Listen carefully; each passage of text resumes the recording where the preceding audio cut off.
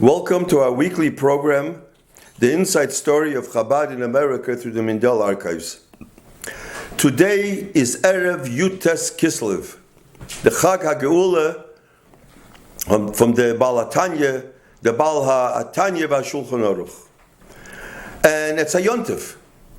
And it says in a Rishon, it's written in a Sefer, he was one of the Rishonim, that's called Sharm, I think it's called Sefer Sharmin HaShomayim, I think. It says there that it will come a time that Yutes Kislev will be a Yontif by Klal Yisrael. You don't say Tachnun, a Yontif. Now the question is, what is the Yontif? Why is it a Yontif? Chag HaGeula, a Yontif of redemption. Many G'dolei Yisrael, many Rabbeim were in prison, and they went out of prison, Baruch Hashem. And we don't make such a Yontif. Why is Yutes Kislev more Yontif than any other Yomim Tovim? And the Frierdiker Rebbe said that Yutes Kislev is a Chag HaChagim. It's a Yontif of more than all the Yom Tovim. You mean it's higher than Pesach? Is it bigger than Rosh Hashanah, Yom Kippur, Sukkot? Chag HaChagim, it's Avot. What does that mean? And what I'm going to say, I'm going to all base it on the Rebbe's letters, different letters. So Yutes Kislev was the beginning of Yofutzu Ma'inisecha Chutza. Spread Chassidus, beginning of Chassidus. And if not Yutes Kislev, if not Chassidus, I wouldn't be here. You wouldn't be here. Klal Yisrael wouldn't be here. I don't mean Begashmias. Our emunah, our faith in the Eibishter, without Chassidus, I don't know how we can last. Even though we are Yidden, we are called Ma'aminim, B'nei Ma'aminim. We come from Avram Avinu, so we believe in the Eibishter, but that's a superficial belief. Of course, everybody believes. But a deeper emunah, to say Zeh Keli V'Anvehu, and the Eibishter, to point, and V'Yodaito Hayoim Yedias Hashem, you can only know through Chassidus. Without Chassidus is impossible. And I know it's not an easy word, but I'll explain to you what the Rebbe said in a letter. The Rebbe said like this: it's a halacha that we have to learn Chassidus. Al pi halacha. There is 6 mitzvahs that every person must do. A chiyuv is obligated 24 hours a day, and you cannot find. It says there. It says in Shulchan Aruch. It says all over the Gemara, but you cannot find how you do it. 6 mitzvahs, and only through Chassidus you can know how to do these 6 mitzvahs. That's why al pi halacha you have to learn Chassidus. What are the 6 mitzvahs? Number 1, believe in the Eibishter. Amunas Hashem, know the Eibishter. You can't find it in Shulchan Aruch. It says you should know. How you should do it? Only Chassidus. Not to believe in any other power, only through Chassidus you know how. To love Hashem, only through Chassidus. To fear Hashem, only through Chassidus. Achdus Hashem, to affirm His unity 24 hours a day. How? Only through Chassidus. And the last thing is, V'lo yisasuru acharei levavchem. Don't look. And as the Rebbe writes here, not to go astray after the temptation of the heart and the vision of your eyes. Everyone knows that you can't look on something. What's so hard? It says, V'lo yisasuru. You don't look on something which you're not supposed to look. But that's very kindish. You know, a child, you teach a child, you're not supposed to, a 5-year-old, 6-year-old, don't look on things that are no good. Is that the way the person is going to grow? Is when he will become 20, 30, 40, 50, is that, it's like a child. When a person gets older, And when the person is explained a deeper meaning, a person wants to hear the deeper meaning. What does it mean you're not supposed to look? So Chassidus explains that a person should train himself how to look at the world. A person should train himself, in other words, to look at the world deeper. Not just v'lo yisasuru, not to look on bad. That we all know. Deeper only to Chassidus. When a person puts on blue glasses, the world looks blue. When a person puts on green glasses, the world is green. The world is not blue. The world is not green. It depends how you look at the world. If you look at the world, by learning Chassidus, you can see the world completely different. A Chassid once came from Russia. He didn't have any Gashmis. He came to America. He came to New York. So somebody wanted to show him Manhattan, the Empire State Building. So he took him on the top floor, and he said, "Look, this Chassid told this person from Russia, Chassid, look at this, the Schenkheit, look at Manhattan, look at it." He looks and looks and looks. He doesn't see, but he was excited, but he's not even excited. He says, okay, this is probably the psoilus of the Malachim that the Malachim made, the angels made, so that's what it is. He doesn't see. Then he looks down from the top floor.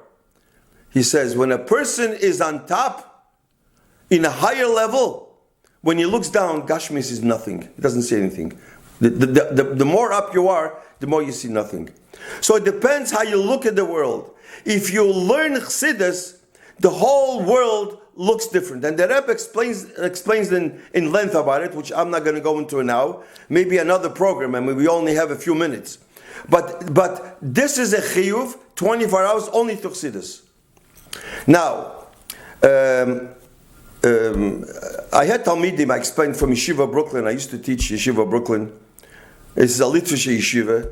Now they're already older. Some of them are Rosh Yeshivas in Lakewood. Some of them are in Monsey. And I spoke to them before last week. And I explained to them this whole thing. And they said they want to listen to this program. So they asked me a question. You mean to say only Chassidus? Musar, we can know this from Musar. That's number one. Another question they asked me, will Rambam, the Shaloh HaKodesh, the Arizal, they can learn all this for him and know how to believe in the Eibishter. Why do you say only Chassidus? So the Rebbe mentions that. And the Rebbe answers. First of all, why do you have to learn Musar when Musar is included in Chassidus? Chassidus has already Musar. So why you have to have Musar? That's number one, the Rebbe says. Another thing the Rebbe says, if you're going to look in different Sfarim, you might find it, but you'll have to live 120 years to really know, to put everything together. And even after you put it together and realize it might be the wrong thing, maybe not. The Alter Rebbe already put it in a small Sefer Tanya. The Alter Rebbe already did, like it says in the Sharblat, Melukot mipisforim umipisayfrim gedoshei elyon. He already took from the Arizal, he already took from the Shaloh HaKodesh, and he condensed it already. So why do you have to look in different Sfarim and Harava and work, and you might not even have the right answer where you already have it ready? That's another thing. The difference between Musar and Chassidus. Chassidus is Asay Toiv. Musar is Sur Mirah. A person should always think positive. You have to have Sur Mirah, go away from bad. But when you do good, you automatically have Sur Mirah. And this is only through Chassidus. And as the Rebbe said in a letter, that we see that after the communist regime, when people came out of Russia, only the Chassidim that learned Chassidus remained from everyone because of learning Chassidus. As the Rebbe mentioned in another letter, that there is a person has a business. So he has workers, poyalim, and then he has a partner What's a poil? Poil means a person works, and after a week he gets his schiris, his money, and he's happy. He does his job, fine. But what happens if you're a partner? Then it's a different madriga. Yidden, through chassidus, you're like a partner to the Eibishter. And this is the mile of chassidus, that it's a chiyuv to know, to learn chassidus, so you'll be able to understand and do these things in yonim, which is with the 6 in yonim, which is every person is obligated to do it. Another thing, chassidus, when you learn chassidus, you can understand better nigla. You understand nigla the Torah. As my father-in-law wrote in the philosophy of Chabad, and the Rebbe was Magia, that the Alter Rebbe, the Baal HaGeula, he was in Vilna and in Mazrich. Vilna is like a Litvish yeshiva, and Mazrich is like a Chassidish yeshiva. So somebody asked the Alter Rebbe, what's the difference of you learning Nigla Gemara in Vilna and Gemara in Mazrich? So the Alter Rebbe said, in Vilna, I learned how we master the Torah. In Mazrich, I was taught how the Torah masters us. And that's why it's called Chag HaChagim. Not that Yutas Kislev is a higher yontif than Yom Kippur. No. But Yom Kippur, you look at Yom Kippur, by learning Chassidus, you feel Yom Kippur. You know the essence of Yom Kippur. When you learn Chassidus, you know the essence of Pesach. You know what Pesach is. You're looking at different eyes by not learning Chassidus, or Sukkot, or Rosh Hashanah, or any other yontif. You look at the world much different. That's why it's Chag HaChagim through Chassidus, and this is the yontif of Yutas Kislev, the Chag HaChagim. And of course, when you learn Nigla de Torah, and it says, the Gemara says, Leicharva Yerushalayim, Elo she'amidu divreim al divrei Torah, v'loi oso lifnim mishuras hadin. Yerushalayim was destroyed. They learned Torah, but they didn't do lifnim mishuras hadin. How can you do lifnim mishuras hadin and know the noisen HaTorah? Bedafke through learning Chassidus, then you realize the noisen HaTorah, the lifnim mishuras hadin, and that's important of learning of learning Chassidus.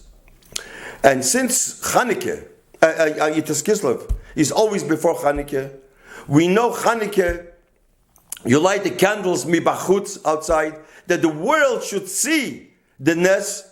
So by learning Chassidus, you can accomplish and teach the world and light the candle in a way at the kalya ragli the tarmidoi, that everybody, even the last person, will be able to realize the Nes of Purim. Now, I want to mention another two things. Rabbi Jacobson, all of Hasholem, he was my mashpia.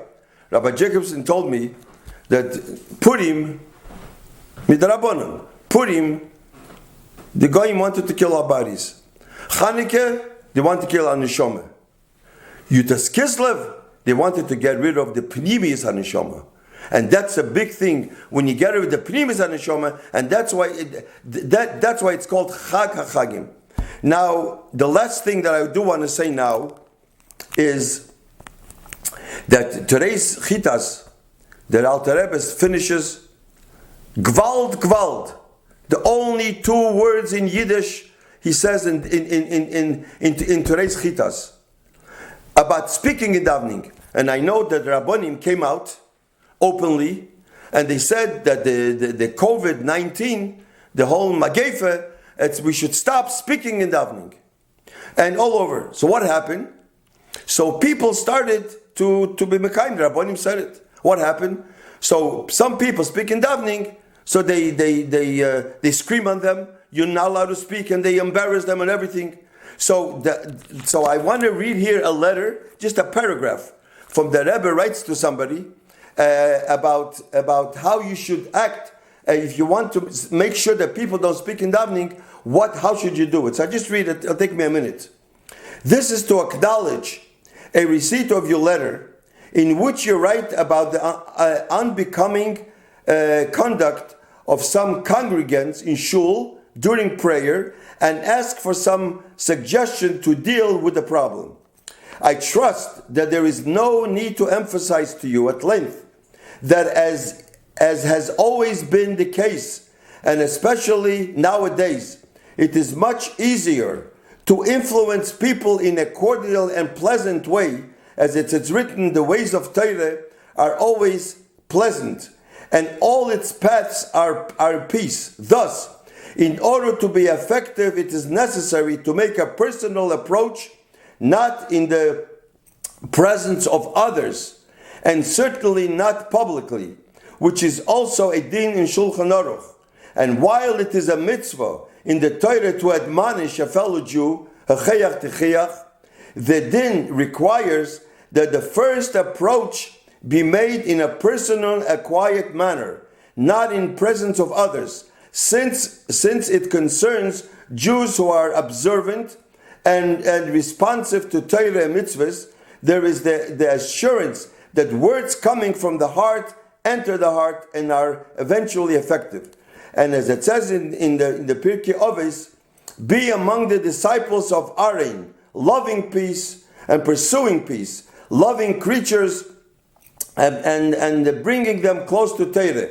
Be it remembered that Aaron was the Kohen Gadol, yet he did not consider it beneath him to go to people and speak to them personally and do everything possible that there should be a true peace. Peace between a Jew and his Father in heaven, as well as peace between a Jew and another Jew, through the proper conduct in accordance with the Torah. And this is how people should be if they want to tell of somebody quietly, and that will help. And I want to wish a bracha before Yitas Kislev, should be Lashana Teiva, Belimud Achsidis, or Bedaki Achsidis, Tikaseimu V'Sichaseimu. In Mitzvah next week we'll continue our Thursday night program. Thank you.